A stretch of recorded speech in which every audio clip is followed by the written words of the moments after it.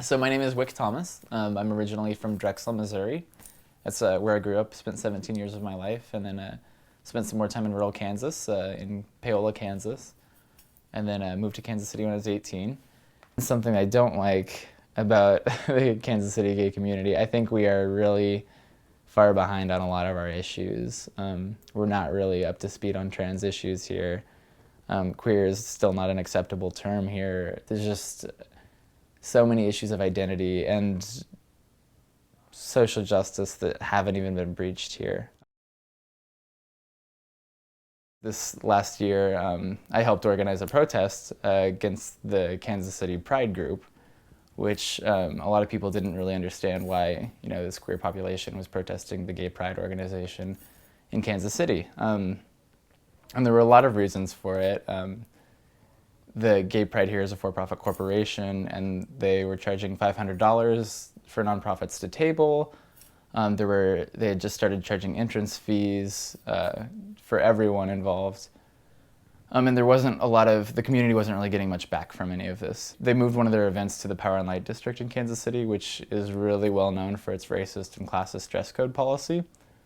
And it's been protested by every group, every civil rights group, the ACLU has protested, the Urban League, the Urban Summit, the NAACP, like all of these things have protested the Power and Light District. And so it was a really big deal when our gay pride organization decided to support it and move into the Power and Light District. And it was being touted as this great thing because for one night, the Power and Light District was going to relax its dress code and let us in and not get kicked out, which we saw as a really big insult that, like one night of the year, you're going to let us in and we're not going to get thrown out. Like, great.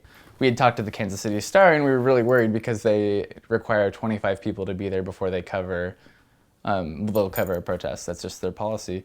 So we were like, oh, please, please just let 25 people show up so that this wasn't all for nothing, because there was a lot of fallback about this.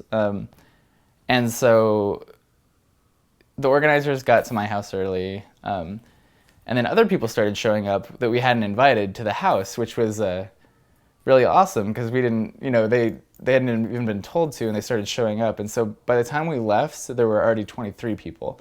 And that was just the core people that were going down to help organize everything. And so by the time we got there, people just started showing up, and we really underestimated how much people hated the Power and Light District.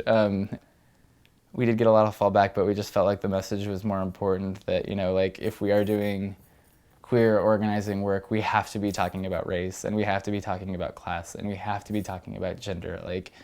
You can't organize around queer issues without talking about those things. And it really sucks that it came to the point where we had to protest our pride here. I'm not excited about that idea, but it's not about the, corporations accepting the gay identity. That's not what Pride was supposed to be about. It was supposed to be a revolutionary act, and one of defiance and one of community. And a lot of us had felt like it wasn't that anymore, and that we needed to expose that. So I feel like a lot of the organizations that serve LGBT people in Kansas City feel like they can say things now. I feel like they can bring up concerns to the Pride group here, because there's a precedent for it now. I feel like we opened up a space for dialogue, I think.